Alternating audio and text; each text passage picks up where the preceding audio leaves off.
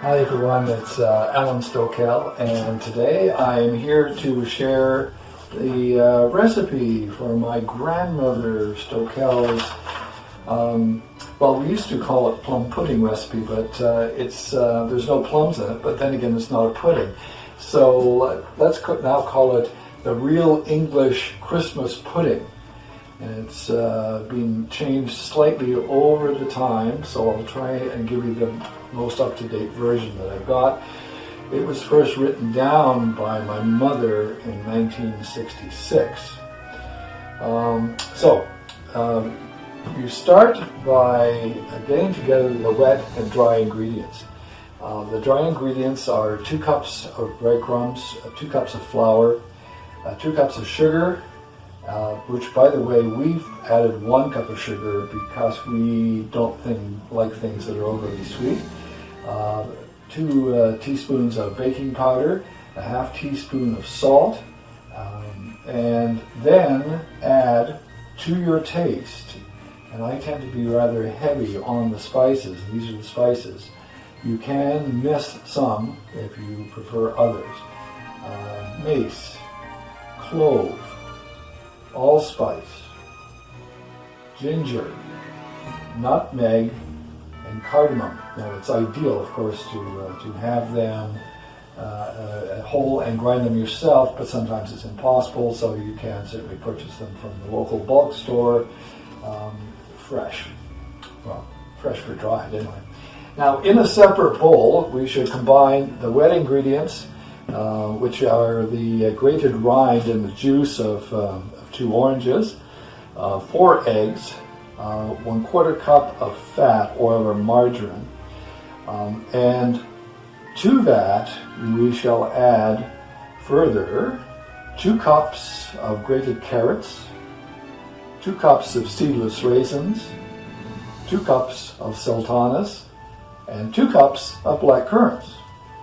And so you mix all this together very well by hand, and pour into greased bowls, depending on what size of gathering you're having. Ours are going to be small this year because of COVID-19, so we're going to have probably just dessert for 4. So we're going to make a smaller pudding, but we're going to share that with friends and neighbors, so we're making it in separate containers. So anyway, after you've put them, the bowls together, leave a little space on top because it will expand a little bit, and cover with wax paper and then later foil, and then hold it down with a piece of string. It is possible to do that. So the piece of string will act as a handle, by the way, and boil it in a bain-marie or a double boiler, or if you don't have that, but boil it in a saucepan. Just make sure the water doesn't evaporate out. Okay, folks, so we now have the puddings wrapped. You can see I used foil. Turns out I didn't have any wax paper, so I used brown paper. I hope it works all right, but I've always used wax before. Can you see my handles? They're kind of hard to see.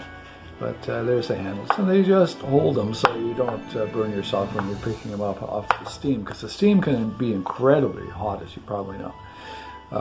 All right, and that's what they look like. Right, so here we are. It's I'm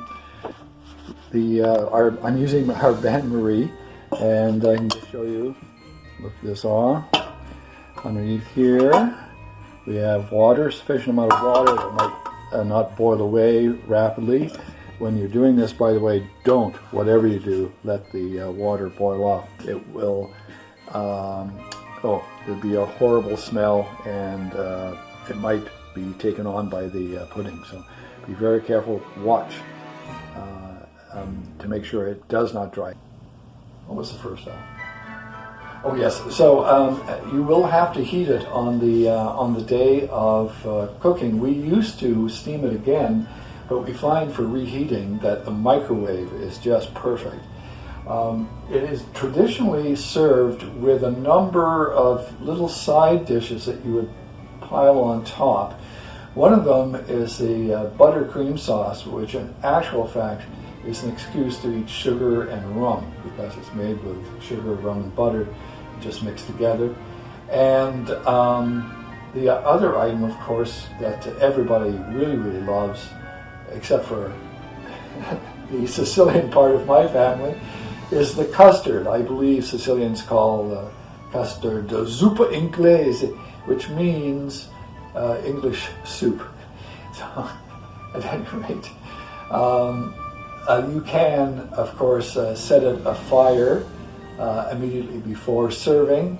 I would suggest practicing first if you've never done it before, because setting it on fire using alcohol in the form of rum, brandy, that sort of thing, just make sure that the proof is not more than what, about 80%, 40% alcohol by volume. Then you won't have any problems with flash fires. But at any rate, the health and safety officer in me just made me tell you that you have to be really careful. Make sure whoever does it is quite sober and straight. So at any rate, I hope you all have a very Merry Christmas. It's going to be a COVID Christmas. It's going to be a little different. Why don't you tell us about it in the comments below? We'd love to hear what you're doing and how you're feeling around this Christmas time. Thanks very much. Bye.